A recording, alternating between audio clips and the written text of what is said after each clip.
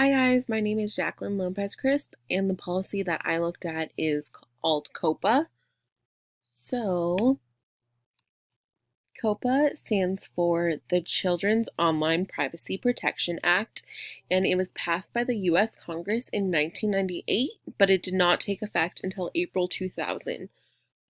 Coppa is a U.S. federal law designed to limit the collection and use of personal information about children by the operators of Internet services and websites. Coppa rule imposes certain requirements on websites or online services directed to children under 13 years of age and on operators of other websites or online services that have actual knowledge that they are collecting personal information from a child under 13 years of age. It also gives parents control over the information websites can collect from their children. So Coppa was not created to block kids' information, but it was made to involve the parents in the decision of releasing the children's personal information. Coppa is the first U.S. privacy law written for the Internet. It is administered and enforced by the Federal Trade Commission, or the FTC. In 1998, when Coppa was created, the FTC conducted a survey of 212 websites. They found that 89% of these websites collected personal information from children, and in that collection, 46% did not disclose this or explain how the information was going to be used. The law was intended to address this potential problem by requiring websites and other online services directed toward children under the age of 13 to obtain verifiable consent from the children's parents. The FTC applies penalties for noncompliance that range up to $11,000 per incident. So, what are the requirements of Coppa?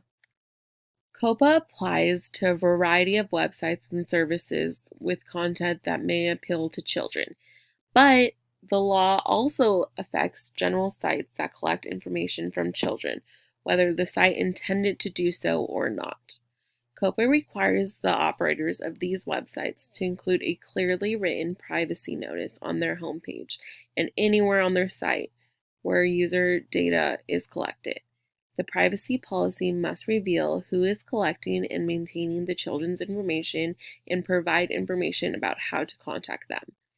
They must also explain how the children's personal information will be used and state whether it will be made available to third parties. In addition, Coppa requires website operators to obtain verifiable parental consent before collecting or using personal information from children. Even when parental consent has been granted once, the site's operators must seek consent again anytime they make changes in their privacy policies. The FTC rules cite several acceptable methods for website operators to verify parental consent. Some of these include a signed form sent by fax or regular mail, a credit card number provided online, calls made on a toll-free telephone that's staffed by trained personnel, or an email accompanied by a digital signature or password. So how do they enforce Coppa? So unfortunately, Coppa is somewhat difficult to enforce due to it being an online law. Although the fines are very expensive, a business that may have failed to comply with the law would more than likely suffer an even worse consequence as a result of negative publicity. The business or website would be known for putting children at risk. The hard part of Coppa is getting a verifiable parental consent, because how do you get verifiable parental consent? And how do you verify online? It's easy for children to forge their parents' consent because it is online.